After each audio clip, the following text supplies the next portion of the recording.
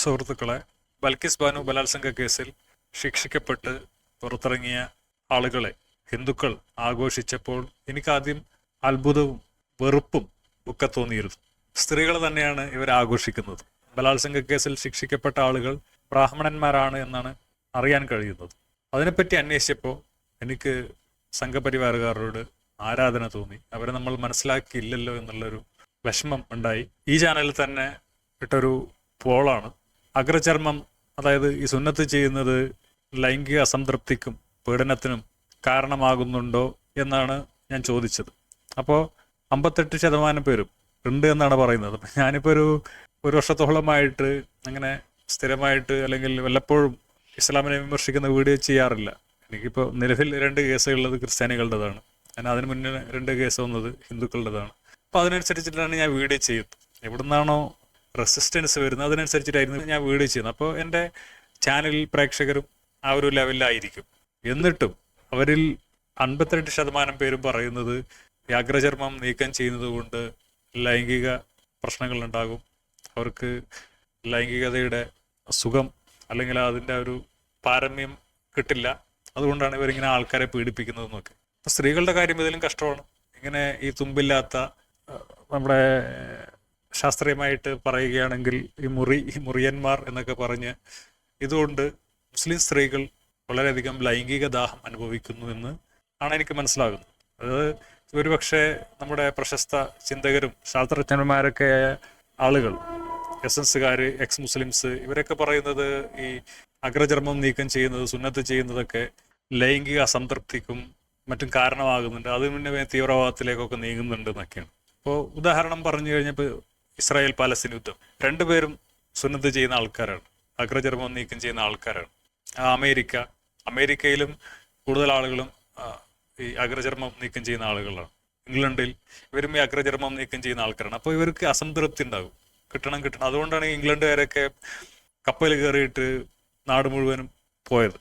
അമേരിക്കക്കാരും അങ്ങനെ തന്നെയാണ്. ഇവർക്ക് ഈ അഗ്രചർമ്മം മുറിച്ചു കഴിഞ്ഞാൽ ലൈംഗിക സംതൃപ്തി കിട്ടില്ല, മനസ്സിന് സമാധാനം കിട്ടില്ല.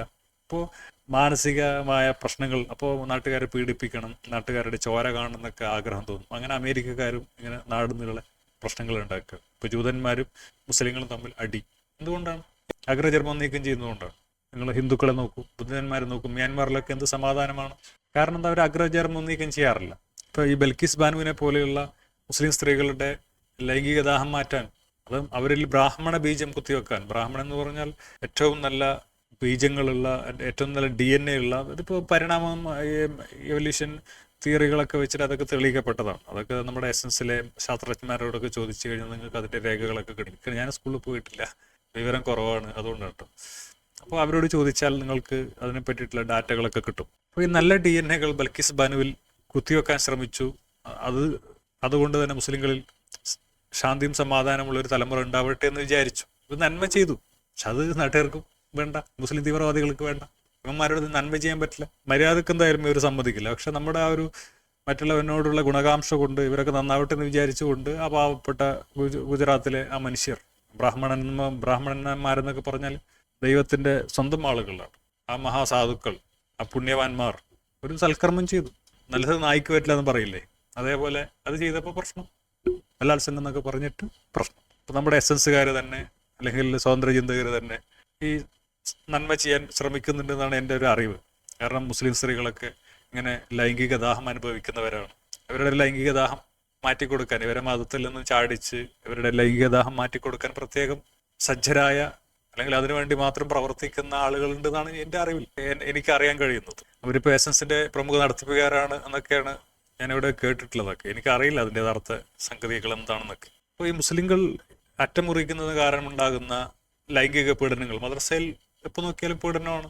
എക്സ് മുസ്ലിങ്ങളായ ആരിഫ് ഹുസൈനോടും മറ്റുള്ളവരോടൊക്കെ ചോദിച്ചാൽ മതി, ഇവരൊക്കെ പീഡനങ്ങളായിട്ട് വാങ്ങിയിട്ടുണ്ടാകും. മദ്രസ കയറുമ്പോൾ തന്നെ ഫുൾ പീഡനം. പക്ഷെ നിങ്ങൾ ക്രിസ്ത്യാനികൾ നോക്കൂ, ഒരു പീഡനവും ഇല്ല.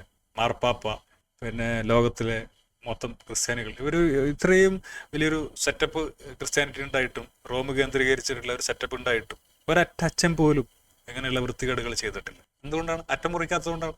മനസ്സിലായോ? അപ്പോൾ പീഡനക്കേസിൽ ആരകപ്പെട്ടാലും പോലീസ് അപ്പം തന്നെ കൊണ്ടുപോയിട്ട് തുണി പൊക്കി നോക്കൂ അത്രേ. അപ്പോൾ എന്താ, ഇതുവരെ ഐക്യരാഷ്ട്രസഭയുടെ കണക്കനുസരിച്ചിട്ട് ഇതുവരെ പീഡനക്കേസിൽ സുന്നത്ത് ചെയ്യാത്തവർ പെട്ടിട്ടില്ല. ഇതിന് തെളിവല്ലേ ഈ അറ്റമുറിച്ചവന്മാർ കാരണം. ഇവിടുത്തെ സംഘപരിവാറുകാർക്ക് ഓവർ ടൈം ജോലി ചെയ്യേണ്ടി വരികയാണ്. മുസ്ലിം സ്ത്രീകളുടെ ദാഹം മാറ്റി കൊടുക്കാൻ നിർബന്ധിതരാവുകയാണ്. ഇവരൊക്കെ മനുഷ്യന്മാരല്ലേ? മുസ്ലിങ്ങൾ കാരണം ഇവർ ഇങ്ങനെ ഓടി നടന്ന് ലൈംഗിക ദാഹം മാറ്റാൻ ശ്രമിച്ചുകൊണ്ടിരിക്കുകയാണ്. അപ്പോൾ ഈ മുസ്ലിങ്ങളെ കൊണ്ടുള്ള ദ്രോഹം അത്രമാത്രം വലുതാണ്.